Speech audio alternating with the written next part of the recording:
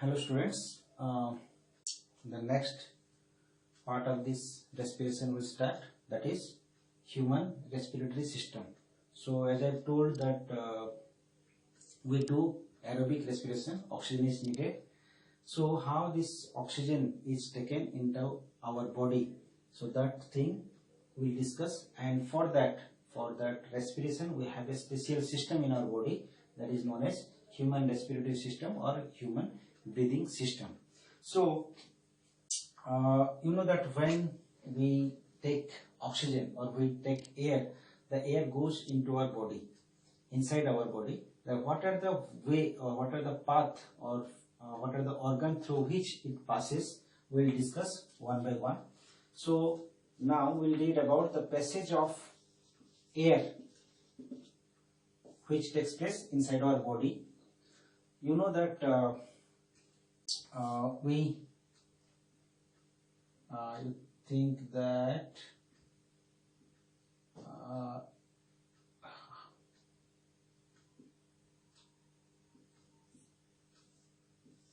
okay, so through our nostril we take the air. So the first passage is nostril, and through nostril it goes to nasal cavity. The nasal cavity means the space, you know that when the air enter here, this is called nasal cavity. And inside the nasal cavity, that two things are there. Very small hairs are present, and also mucus is secreted in the inner lining of the nasal cavity, and these two prevents or helps in filtering of air. Means the small hair actually trap the dust particles which enter into our nasal cavity through our nostril, and mucus is a very sticky substance which is normally secreted in the inner lining of stomach, and if the dust particles will enter, it will stick to it, so that when it will enter into the lungs or the next part, it will become clean, and clean air enters into the windpipe. Then from nasal cavity, the next part is called pharynx. You know, this part is called pharynx. This is pharynx, and pharynx is a part where the windpipe and food pipe both are joined. It means the area through which food and air both enters or both pass, this area is called pharynx. Through pharynx, food is also passed to the food pipe, and wind or air is also passed to windpipe. So as we have discussed in digestive system, here there is a one cartilage or a cover is there which is known as epiglottis. And this epiglottis, what it does, that when the food is move through this, so it will close this one and food is passed to the food pipe. This is the food pipe. Okay, and when air will enter, so the cartilage will not cover this one, and air will passes to this windpipe. So in the pharynx, the epiglottis is a covering which prevents the entering of food into windpipe. So to prevent the entering of food into the windpipe, there is a covering or a cover called epiglottis. Then from pharynx, the next part is, this part is called larynx. As we have read, which is also known as voice box.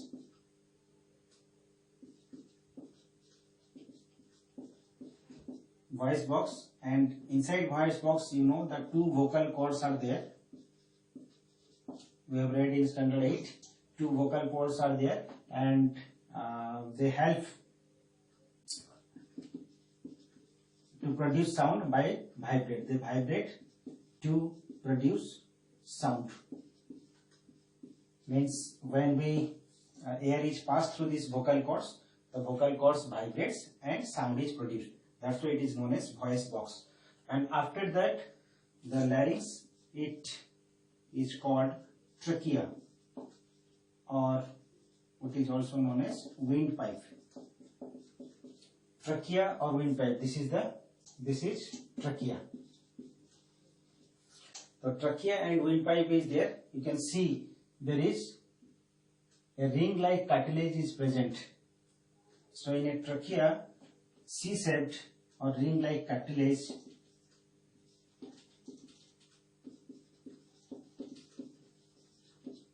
are present along the trachea, and these ring-like cartilages are help which prevent it from collapsing. It means if air is not present in the trachea or windpipe, the pipe will not collapse, and not to prevent it from this collapsing, the cartilages are there which make it strong, so that if air is not there also, it will remain its shape and size. That actually in you know that in washing machine, the outlet pipe, have you seen the outlet pipe? There is a ring like substances are given, and it is given not to collapse. If water is, so simply water can pass easily. So exactly, but there is no cartilage in that form. But in our trachea, the ring like or C-shaped cartilage are present, which help the windpipe to prevent it from collapsing. So after the trachea, the air passes to the, you know, the trachea divides into two branches, and each branch is called, this is called bronchus. So now each part, it means, so from windpipe it will start. So I am just rubbing this one.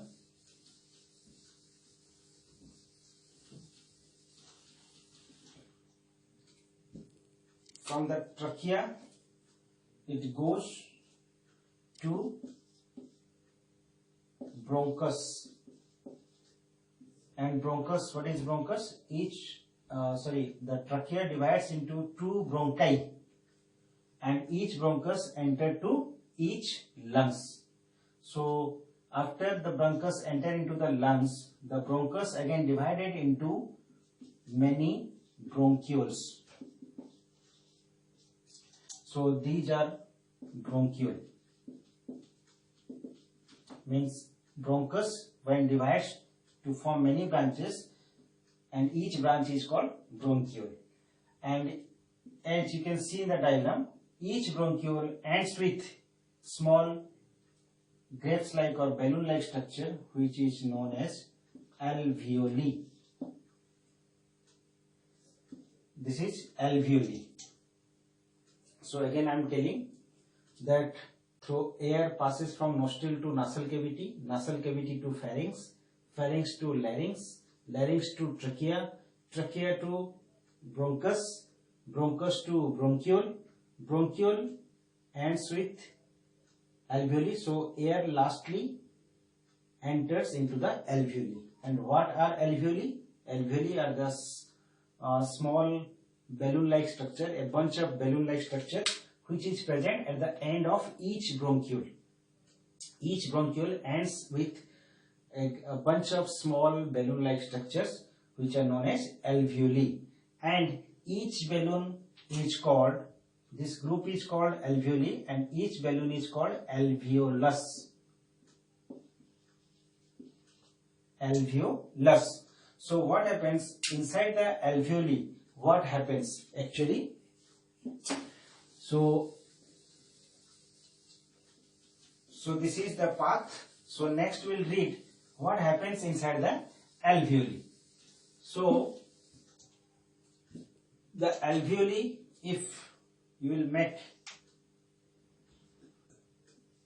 this is one alveoli,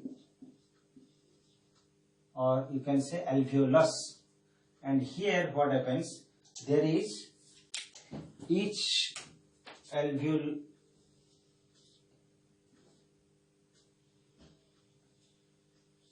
this is a blood capillary.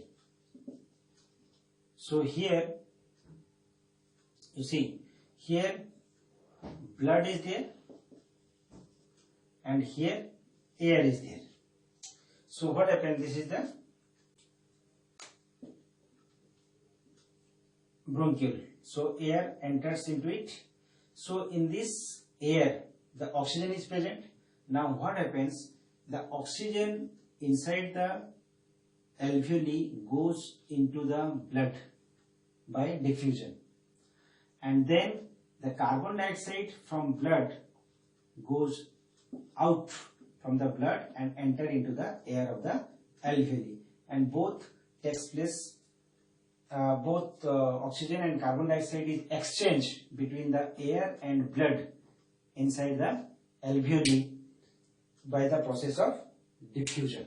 By diffusion process, oxygen from alveoli goes into the blood and carbon dioxide from the blood goes out into the alveoli. So after entering into the blood, the oxygen is actually transported by a pigment called hemoglobin. This is a respiratory pigment present in the RBC of the blood. The blood has RBC and RBC contains hemoglobin. So after oxygen is diffused into the blood, the hemoglobin binds with the oxygen and it transports the oxygen to each and every cell of our body. Then the cell gets food and oxygen, then respiration takes place inside the cell, aerobic respiration, because these things we are telling about the human. So in human, aerobic respiration takes place. So the blood takes oxygen from the alveoli of the lungs, and hemoglobin carry this oxygen gas to the each and every cell. Inside the cell, respiration takes place, then carbon dioxide, water and energy 38 ATP is formed. The carbon dioxide from the cell again goes back to the blood. In blood there is another part called plasma. The liquid part, the fluid part of the blood is called plasma. Plasma carry the carbon dioxide from the cell, and again it carry or transport the carbon dioxide from cell to alveoli, and from the alveoli it goes back to, from the capillary it goes back to alveoli through the process of diffusion. So you can say that oxygen is transported by the hemoglobin, whereas plasma is responsible for transportation of carbon dioxide. So when we take air inside our body, the oxygen or air, oxygen inside the air goes through nasal cavity, then pharynx, larynx, trachea, bronchus, bronchiole and alveoli. Inside the alveoli, the oxygen is diffused into the blood. The hemoglobin carry this oxygen to each and every cell. Inside the cell, respiration takes place, carbon dioxide is produced. The carbon dioxide is again diffused out, or it can, the blood collect the carbon dioxide from the cell. The plasma of the blood carry the carbon dioxide from each and every cell to near the lungs, that is alveoli. From the blood, the carbon dioxide is diffuses out. Again, the carbon dioxide from the alveoli goes to bronchiole, then bronchus, then trachea, then larynx, pharynx, nasal cavity, and through the nostril it is given out in the process of exhalation. So inhalation takes place, exhalation takes place, and all these process is going on. This is all about our respiratory system, how respiration takes place, both external respiration, that is breathing, as well as internal respiration, which takes place inside the cell, that is called cellular respiration, which already we have discussed. I think it is clear about the process of breathing or the structure of human respiratory system. Thank you for watching this video. Thank you very much.